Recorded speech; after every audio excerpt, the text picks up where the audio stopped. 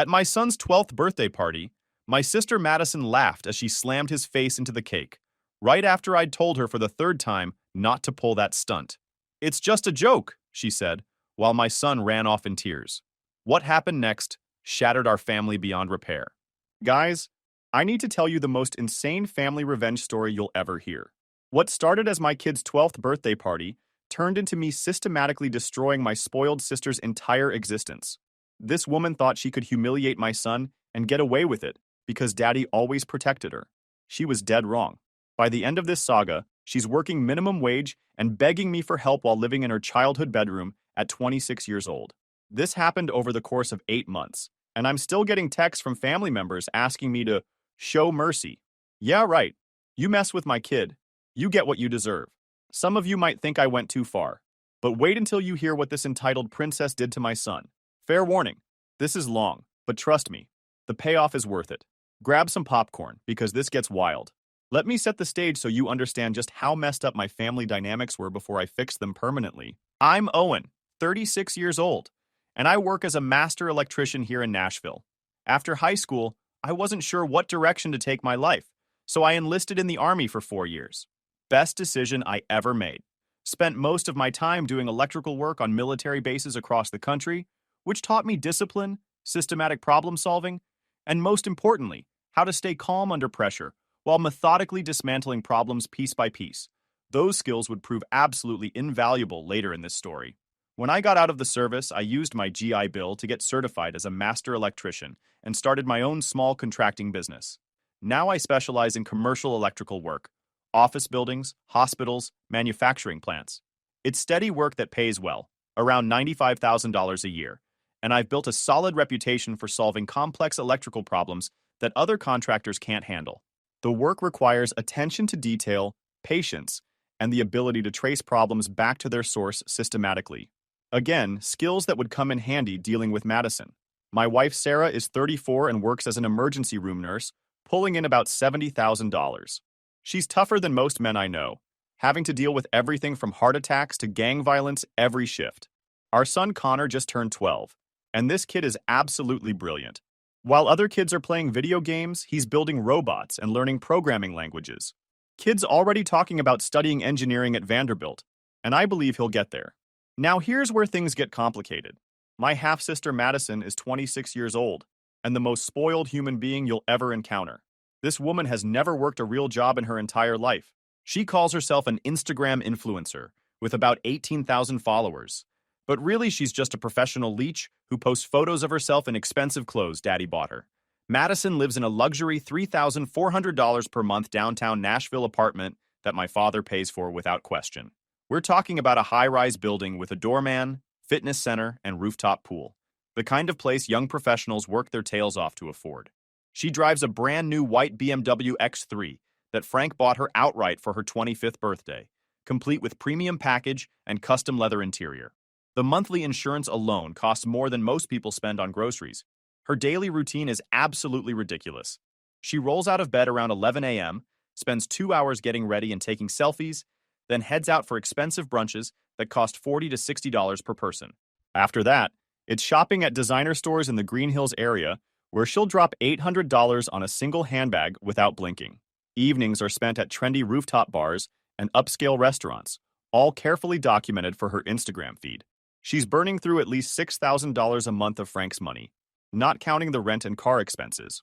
All of this is funded by our father Frank, who makes about $110,000 a year running construction crews for a mid-sized development company.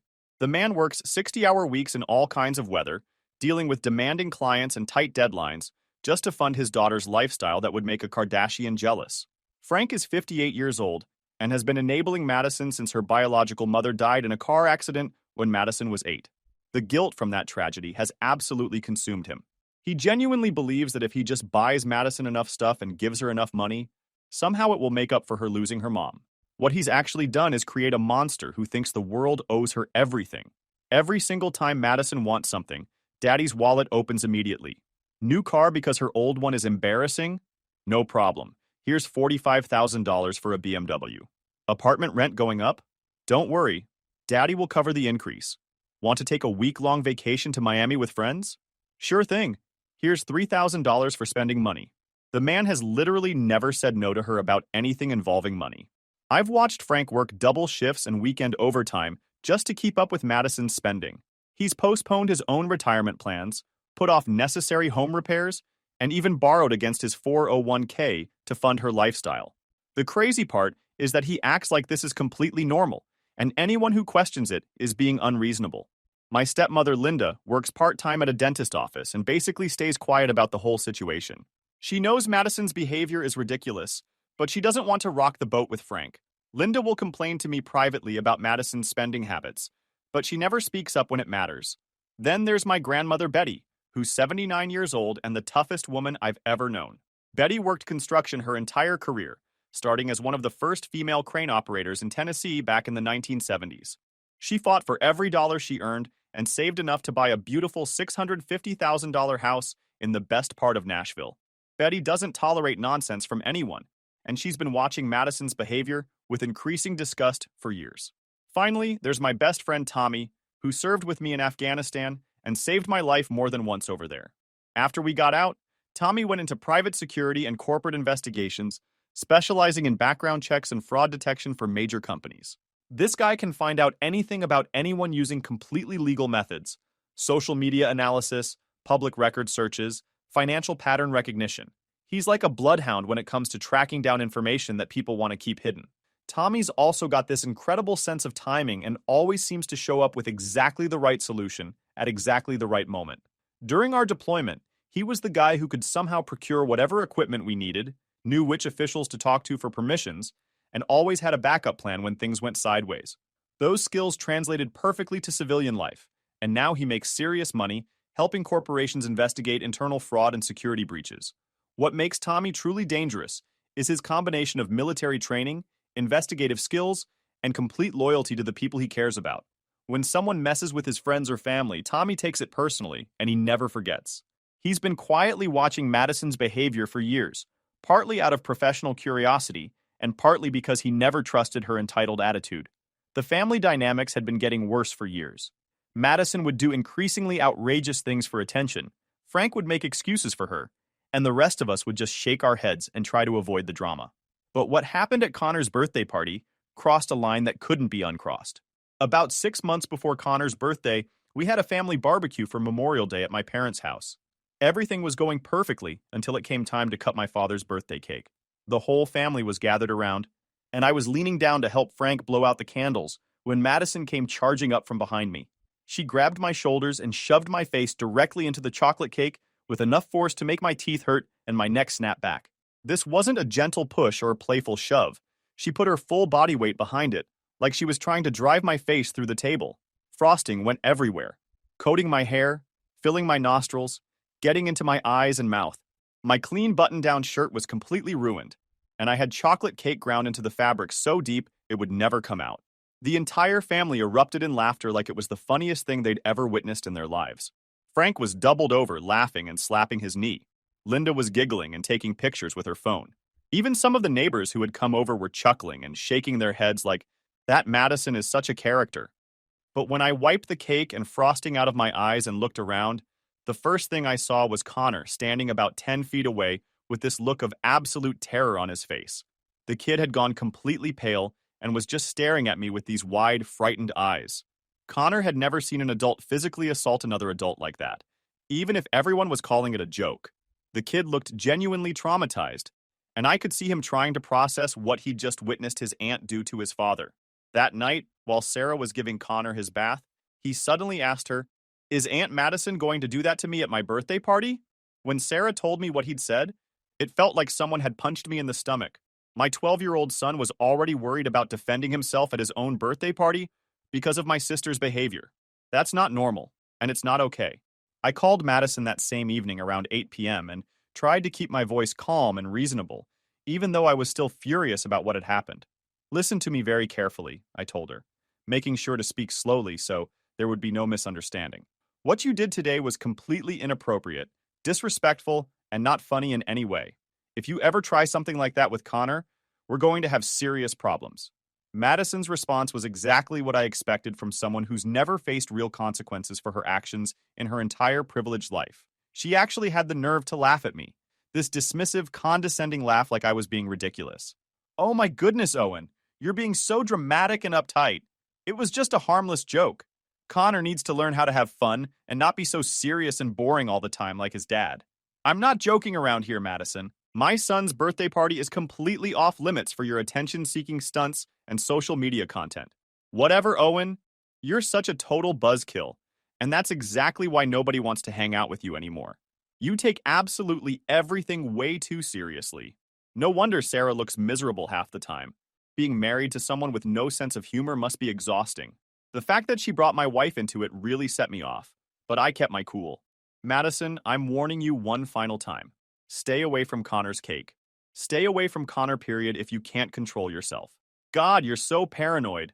I'm not going to do anything to precious little Connor. You act like he's made of glass or something. Kids are tougher than you think. She hung up on me before I could respond, and I could hear her laughing as she ended the call. I should have realized right then that Madison had absolutely zero intention of respecting any boundary I tried to set. I should have realized right then that Madison had absolutely no intention of respecting the boundary I was trying to set. This is a woman who's never been told no in her entire privileged life, and she wasn't about to start listening now. Looking back, I wish I had just uninvited her from Connor's party right then and there. It would have saved everyone a lot of pain and drama. But I thought surely she wouldn't be stupid enough to mess with a child's birthday after being explicitly warned. I seriously underestimated just how selfish and attention-hungry my sister really was. Connor's 12th birthday finally arrived, and this kid had been meticulously planning every single detail for months. He's really into robotics, engineering, and computer programming, so we decided on a science and technology theme that would actually engage his friends rather than some generic kid party. Sarah went absolutely all out transforming our backyard into this incredible science lab setup, with professional LED displays showing circuit diagrams, working robot demonstrations that Connor had programmed himself, and even a safe chemistry station where kids could do hands-on experiments and watch different reactions. We rented professional science equipment, brought in a telescope for stargazing, and set up coding stations where kids could program simple games. The whole setup probably cost us close to $800, but seeing Connor's face light up as everything came together was worth every penny. The centerpiece of the entire party was Connor's cake, which he had designed himself using actual engineering software. It was an incredible 3-layer masterpiece that looked exactly like a computer circuit board, complete with working LED lights embedded throughout the frosting that actually lit up in different patterns that Connor had programmed. The cake had functioning switches, blinking components, and even a small digital display showing his initials. We had it custom made by a specialty bakery that normally does cakes for tech companies and engineering firms, and the total cost was $250. Connor was so incredibly proud of this cake that he spent the entire morning taking detailed photographs from every angle and excitedly explaining the technical aspects to his friends as they arrived. We invited 15 of Connor's smartest friends from school and his robotics club, kids who shared his genuine interests in science, technology, and building things. These were really good kids from families that valued education and creativity. The party was going absolutely perfectly from the moment it started. Kids were genuinely amazed by the robot demonstrations, they loved getting their hands dirty with the science experiments, and everyone was having an incredible time learning and exploring together. Then, Madison showed up and immediately started ruining everything. At exactly 3:15 p.m., her bright red BMW X3 came screeching into our driveway with music blasting so loud that neighbors 3 houses down turned to see what was happening. Madison stepped out of the car like she was making a grand entrance at some Hollywood premiere, wearing the most ridiculously inappropriate outfit imaginable for a 12-year-old's birthday party. She had on this tiny crop top that showed way too much skin, a mini skirt that barely covered anything important, and stiletto heels that were completely absurd for a backyard party with kids running around on grass. "Where's my absolute favorite nephew in the whole world?" she shouted loud enough for half the neighborhood to hear, striking a pose like she was expecting photographers. "Aunt Madison is here to make this party absolutely amazing and unforgettable." I immediately walked over to intercept her before she could create any more of a scene. "Madison, remember our conversation from last week? Connor's birthday is about Connor, not about you or your Instagram." She waved me off with those ridiculous 3-inch fake nails she's always getting done at expensive salons. "Oh my God, Owen, relax and stop being such a control freak. I'm just here to wish Connor a happy birthday and have some fun. You're being paranoid and dramatic like always." For the next hour and a half, Madison systematically made the entire party about herself instead of Connor and his friends. She kept interrupting the science activities to pose for selfies with the decorations and equipment. She was constantly trying to get the 12-year-old boys to pay attention to her instead of the educational demonstrations we had planned. Every 5 minutes, she was posting new Instagram stories about what an amazing and fun aunt she was, making sure to get herself in every single shot. She kept asking the kids to include her in their experiments and projects, not because she was interested in science, but because she wanted content for her social media accounts. She was treating my son's birthday party like her personal photo shoot, and it was absolutely infuriating to watch. Sarah kept shooting me looks that clearly said, "Why did we let her come?" The worst part was watching Connor's face during all this. Instead of enjoying his own party, my son kept glancing nervously at Madison like he was waiting for something bad to happen. The kid couldn't even relax at his own birthday celebration because he was worried about what his aunt might do. Finally, it was time for the main event. Cutting the cake. All 15 kids gathered around the table, where Connor's LED circuit board cake was displayed in all its glory. Connor stood in front of his masterpiece with the biggest smile I'd ever seen on his face. Sarah lit the 12 candles, and all the kids started singing Happy Birthday in this sweet, enthusiastic chorus. Connor closed his eyes and took a deep breath, ready to make his birthday wish and blow out the candles. In that moment, he looked absolutely perfect. A happy kid celebrating with his friends, exactly like every birthday should be. That's when Madison struck. She came charging forward like she was making a football tackle, grabbed Connor from behind, and drove his face straight down into that beautiful $250 custom cake with vicious force. The sound of his face hitting the cake echoed across the entire backyard, and frosting and LED components exploded in every direction. But here's the part that still makes me see red when I think about it. One of those LED lights was still hot from being powered on, and it burned Connor's forehead when his face hit the cake. Not a serious burn, but enough to leave an angry red mark on my son's skin. The entire party went dead silent in the most horrible way imaginable. 15 kids stood there in complete shock and disbelief. Several of the younger ones immediately burst into tears because they'd never seen an adult violently assault a child like that. Connor just stood there completely frozen in place, with cake, frosting, and electronic components dripping down his face, and this angry red burn mark clearly visible on his forehead from the hot LED component. Then my son started sobbing. Not just regular crying, these heartbroken, soul-crushing sobs like his entire world had just collapsed around him. This was supposed to be the happiest day of his year, the culmination of months of planning and excitement, and Madison had destroyed it in 3 seconds for social media content. And Madison, this absolute monster, started laughing hysterically, and immediately pulled out her phone to start taking selfies and videos with the destroyed cake in the background. "Oh my God, this is going to get so many likes and shares," she said while recording herself. "Connor, stop crying and look up here. Smile for Aunt Madison's Instagram story. This is going to be hilarious content."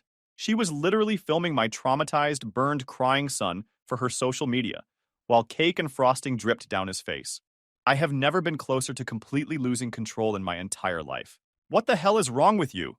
I shouted louder than I've ever yelled at anyone in my life, my voice echoing across the entire neighborhood. "Oh my gosh, seriously, it's just a harmless joke. You need to chill out and stop being so uptight. Connor's totally fine. Kids need to learn how to take a joke and not be such babies about everything." The kids at the party were absolutely traumatized. Several parents had already arrived to pick up their children and witness this entire horrific scene. They were exchanging these uncomfortable glances and whispering to each other, clearly disturbed by what they'd just seen. A few parents immediately gathered their kids and left without saying goodbye, obviously wanting to get their children away from Madison as quickly as possible. That's when my 79-year-old grandmother Betty stood up from her lawn chair, and everything changed. When Betty stands up and speaks, the world stops. This woman commanded construction crews for 40 years in an industry dominated by men. When she talks, people listen, and when she's angry, smart people get out of her way. "Madison," Betty said in this voice that could cut through steel, "you were specifically warned not to do this." Madison immediately went into defensive mode. "Grandma Betty, it was just a harmless joke. Everyone's being way too dramatic about this. Connor's fine. Look at that boy's face," Betty commanded. "Does he look fine to you?" Connor was still sobbing in Sarah's arms, cake and frosting matted in his hair, with that angry red burn mark clearly visible on his forehead. Half the kids at the party were crying or asking their parents to take them home. The party was completely destroyed. Betty turned to face my father with a look I'd never seen before. Frank, you see your grandson crying? You see that burn on his face? You see how your daughter just destroyed a child's birthday? My father immediately jumped to Madison's defense, just like he'd been doing her entire life. Mom, kids need to learn how to take a joke. Madison didn't mean any harm. Connor just needs to toughen up a little bit. Betty stared at him for what felt like the longest 10 seconds of my life. When she finally spoke, her voice was quiet but absolutely deadly. I see exactly what kind of man you've become, Frank, and exactly what kind of daughter you've raised. She grabbed her purse and started walking toward our back gate. Before leaving, she turned around one final time and looked directly at Madison.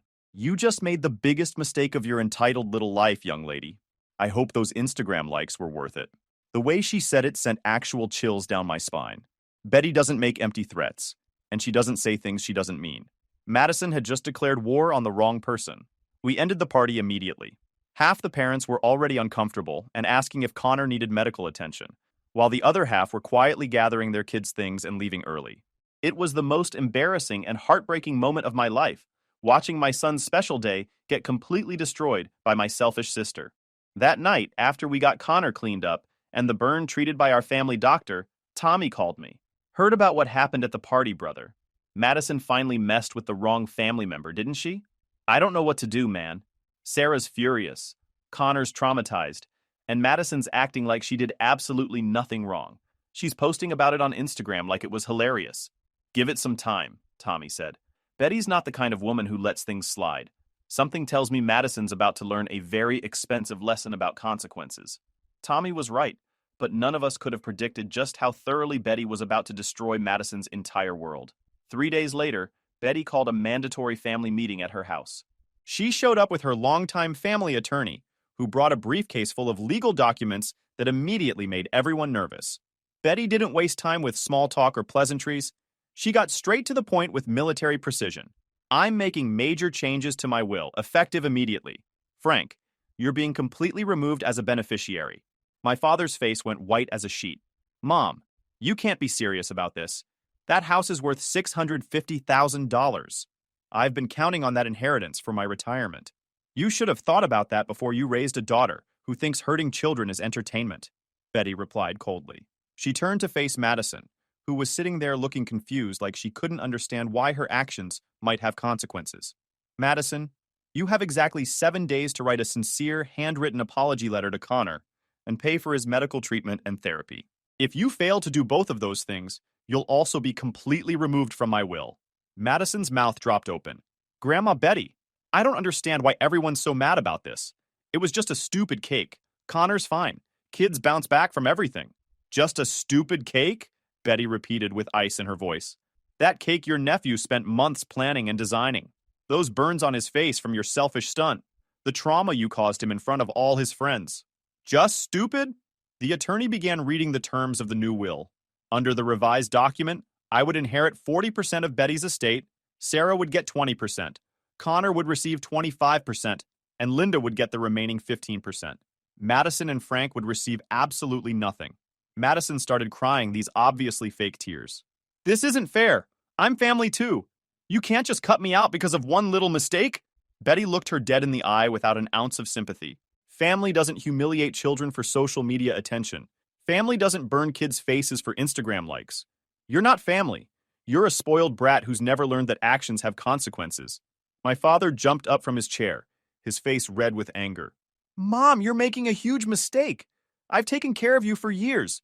Madison's just young and made an error in judgment. I took care of myself for 79 years, Frank. And Madison's not young. She's 26 years old and old enough to know that hurting children is wrong. Frank stormed out of the house, slamming the door so hard it shook the windows. Madison followed him, sobbing dramatically and shouting about how unfair everything was.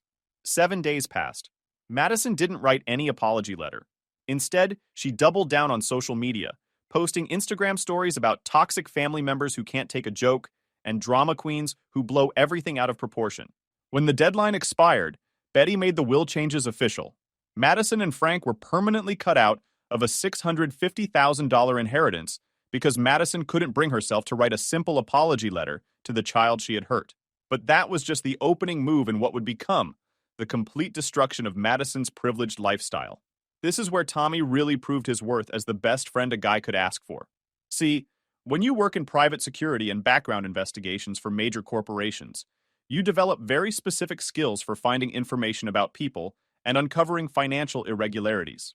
Tommy had been quietly keeping tabs on Madison's finances and lifestyle for years, partly out of professional curiosity, and partly because he never trusted her entitled attitude or the way she treated people.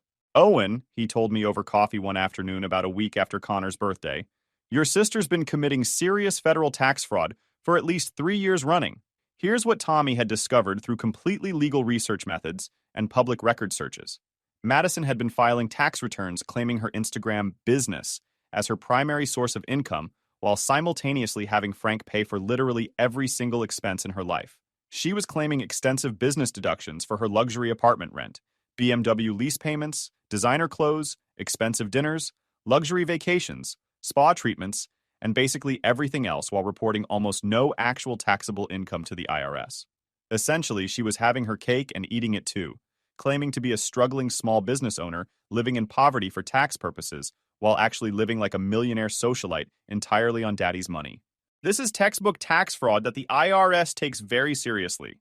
Tommy had documented everything meticulously. Bank transfers from Frank to Madison, credit card statements showing who paid for what, social media posts proving her lifestyle didn't match her reported income. The evidence was overwhelming and absolutely bulletproof. The IRS loves cases like this, Tommy explained with a grin. Clear fraud, easy to prove, guaranteed penalties and interest. She's looking at owing back taxes, penalties, and interest that could easily hit $60,000 or more. We submitted an anonymous tip to the IRS with a 40-page evidence packet. The audit notice arrived at Madison's apartment exactly 12 days later. But we were just getting started. Tommy discovered that Frank had been making Madison's BMW lease payments from his construction company's business account and incorrectly categorizing the payments as a company vehicle expense for tax purposes. Since Madison wasn't an employee of Frank's company and used the car purely for personal purposes, this was clear business expense fraud. Another anonymous tip to the IRS, this time targeting Frank's business. Next, we found out that Madison's luxury apartment complex had very strict lease terms prohibiting any commercial business activities in residential units. Madison had been running her Instagram business from the apartment, including photo shoots, product demonstrations, and meetings with potential sponsors.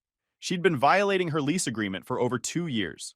One anonymous complaint to the property management company, along with screenshots of Madison's social media posts proving commercial activity, resulted in an immediate lease violation notice and eviction proceedings. The final nail in the coffin was Madison's favorite medical spa, where she got regular cosmetic procedures that she posted about constantly on Instagram. Tommy discovered that the spa was operating without proper state licensing and had been performing procedures they weren't legally allowed to offer. One detailed complaint to the Tennessee Department of Health, with Madison's Instagram posts as evidence of the illegal procedures, resulted in the spa being shut down permanently. Madison's name appeared in the official state investigation report as a witness to the illegal activities. Within 6 weeks of Connor's birthday party disaster, Madison was facing an absolute avalanche of legal and financial problems. A comprehensive IRS audit with potential back taxes, penalties, and interest exceeding $60,000. Immediate eviction proceedings from her luxury apartment for serious lease violations. Complete loss of her BMW when Frank could no longer afford the monthly payments due to his own mounting tax problems. Public embarrassment and humiliation when her favorite medical spa got permanently shut down, with her name prominently featured in the official state investigation report. Total and permanent loss of her substantial inheritance from Betty's $650,000 estate. Loss of her entire social media following as people learned about her behavior. Madison's perfect little world was crumbling faster than she could post about it on Instagram. The phone calls started about 10 weeks later, and they were absolutely beautiful music to my ears. The first call came from Linda, who was crying so hard I could barely understand her. Owen, please, you have to help us. Frank might lose his business because of the tax penalties. Madison's moved back in with us because she got evicted. We don't know what to do. Maybe you should have thought about that before Frank spent 20 years enabling Madison's behavior and defending her when she hurt my son. Please. Frank's learned his lesson. Madison's learned her lesson. Can't you talk to Betty? Can't you help us figure out how to fix this? Linda, Madison burned my son's face and destroyed his birthday party, and Frank defended her. You all chose your side. Then Frank called, And this conversation was the sweetest revenge I've ever experienced. This man who had spent years telling me I was too hard on Madison and that I needed to lighten up was literally begging me for help. Son, I know I made some serious mistakes. Madison's moved back home because she can't afford rent anywhere. The IRS is garnishing my business accounts. I might lose the house if I can't get caught up on these penalties. Please, can you talk to your grandmother? Can you help us navigate this situation? Dad, Madison burned my son's face at his birthday party, and you immediately defended her. You told me Connor needed to toughen up. You chose Madison over your grandson. I was wrong, Owen. I was completely wrong. I see that now. Madison's behavior was unacceptable, and I should have stopped enabling her years ago. Keep talking. She's working at a department store now making minimum wage. She's miserable. She cries every day about losing her apartment and her car. She knows she messed up badly. Good. Maybe she's finally learning what consequences feel like. But the most satisfying call came from Madison herself 3 days later. Gone was the entitled, arrogant attitude that had defined her entire personality for 26 years. Gone were the fake tears and manipulation tactics she'd used to get her way since childhood. This was a completely broken woman who had finally hit absolute rock bottom and realized that Daddy couldn't fix this problem with his credit card. Owen, I'm so incredibly sorry about what I did to Connor at his birthday party. I'm really, truly, genuinely sorry from the bottom of my heart. I know what I did was wrong and cruel and completely unforgivable. Connor didn't deserve any of that. He's just a sweet kid who was trying to have a nice birthday party, and I ruined everything for him. Keep going, Madison. I'm listening. I desperately need help with this IRS situation. I can't afford an attorney to represent me. I don't know how to handle any of these legal problems. Everyone in the family is mad at me and won't return my calls. I lost all my Instagram followers because of the drama and bad publicity. I'm working retail at a department store making $9 an hour and living in my childhood bedroom like I'm 16 again. Please, Owen, I'll do absolutely anything to make this right with Connor and with you. Anything at all? Yes, absolutely anything you want me to do. I'll apologize to Connor publicly in front of everyone. I'll pay for his therapy sessions out of my own minimum wage paycheck. I'll delete all my social media accounts permanently. I'll volunteer at charities. Whatever you think is appropriate punishment for what I did. This was the moment I had been waiting for. Madison finally understood that actions have consequences, and she was ready to face them properly. I told her exactly what she needed to do to even begin making things right. First, she had to write a detailed public Facebook post, taking full responsibility for what she did to Connor, apologizing sincerely, and acknowledging that her behavior was completely unacceptable. Second, she had to maintain steady employment for at least 1 full year and use her own money to pay for Connor's therapy sessions. Third, she had to stay away from all family events and gatherings until Connor himself decided he was ready to see her again. Fourth, she had to volunteer at least 20 hours per week at a local children's charity for a minimum of 6 months to learn how to interact with kids appropriately. Fifth, she had to complete a year of professional counseling to address her narcissistic behavior and entitlement issues. And Madison, understand this clearly. If you ever do anything to hurt my son again, if you ever make him uncomfortable or upset in any way, what happened with the IRS will look like a gentle warning compared to what comes next. She agreed to everything immediately. The Facebook post went live that same evening and got shared over 800 times, with hundreds of comments from people in our community absolutely roasting Madison for her behavior. She's been working double shifts at the department store for 9 months now, attending therapy twice a week, and volunteering at the children's hospital every weekend.